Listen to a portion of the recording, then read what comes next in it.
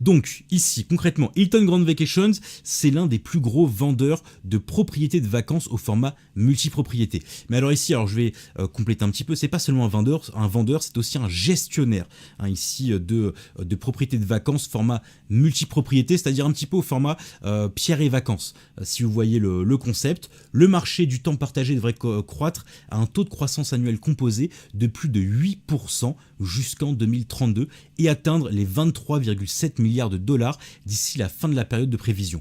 Le marché du voyage a affiché une dynamique particulièrement positive en 2024, ce qui pourrait laisser présager du coup une croissance potentielle des performances tout au long de la saison 2024 et une demande croissante de multipropriété. Et cette demande, elle devrait rester relativement soutenue jusqu'en 2032.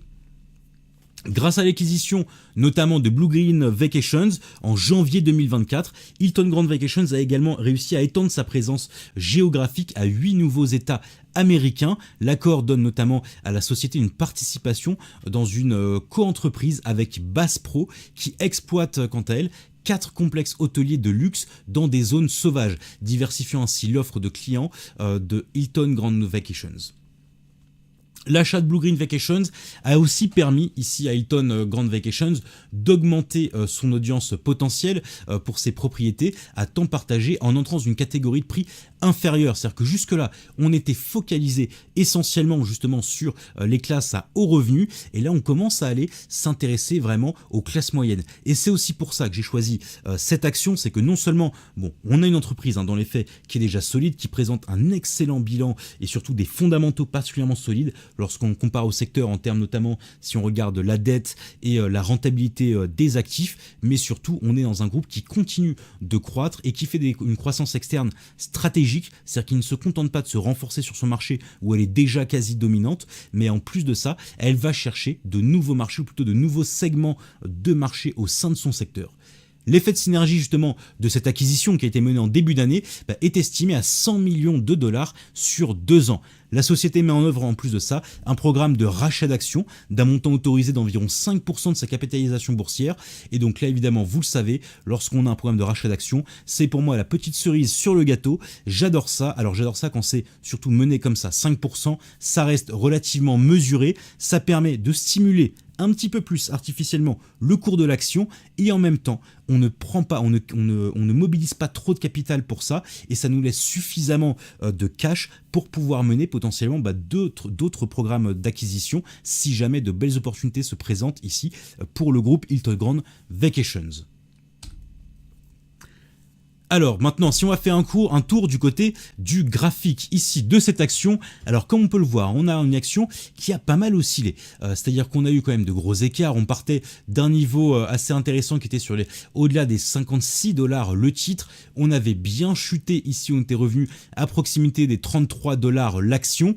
En ce moment, on est vraiment en train de tester un précédent niveau de support. Un niveau de support qui tient bien, mais surtout, ce qui m'intéresse, c'est que la baisse qu'on a eue ici en début d'année faisait suite tout simplement à l'acquisition. La très grosse acquisition qui avait été faite et surtout l'absorption qui a été faite de son acquisition de son concurrent sur le segment justement des classes moyennes. Or, pour maintenant, on sait que l'acquisition a été entre guillemets quasiment terminée. Quand j'ai terminé, je veux dire que l'intégration a été terminée. Parce que ça, c'est aussi un gros problème. Lorsqu'on a une acquisition, c'est bien la croissance externe. La difficulté, c'est que ça se passe pas toujours très bien en termes d'intégration. Or ici, comme on avait deux groupes qui certes ne visaient pas la même clientèle, mais qui avaient plus ou moins des méthodes de fonctionnement très similaires, l'intégration s'est bien passée et le fait qu'on a justement cette nouvelle prévision de 100 millions de dollars qui devrait être générée sur 2 ans suite justement à ce rachat, on devrait du coup commencer à repartir à la hausse avec un objectif qui est tout simplement le retour sur les précédents sommets et j'ai choisi le niveau des 54,50 $ l'action comme objectif. Pourquoi ? Parce que ça correspond non pas seulement au dernier sommet ici qu'on avait eu sur le titre, mais en fait à la série ici des 4 précédents sommets que vous avez tout à gauche. On prend toutes les mèches qui se situent sur ces niveaux, y compris un corps de bougie. Et ça nous permet tout simplement d'avoir un niveau réaliste et surtout de maximiser les probabilités de voir ce niveau être atteint justement d'après la théorie chartiste. Et ça nous permet surtout de pouvoir bien allier à la fois ici des éléments au niveau des fondamentaux qui sont largement haussiers a aussi une analyse technique afin vraiment de cibler le meilleur prix.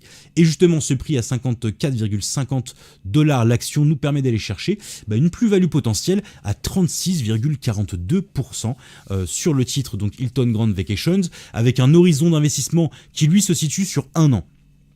Là, j'ai préféré prendre un petit peu plus large. On est certes sur un secteur porteur, mais on est surtout sur un secteur cyclique. Et c'est le fait que, cyclique, on est sur un secteur plutôt saisonnier. Et c'est justement le problème de la saisonnalité qui m'a poussé ici à choisir vraiment 1 an, 12 mois, plutôt que 9 ou 10 mois, comme c'était le cas sur l'action précédente. Et en termes de niveau de risque, on est clairement sur un niveau risque moyen.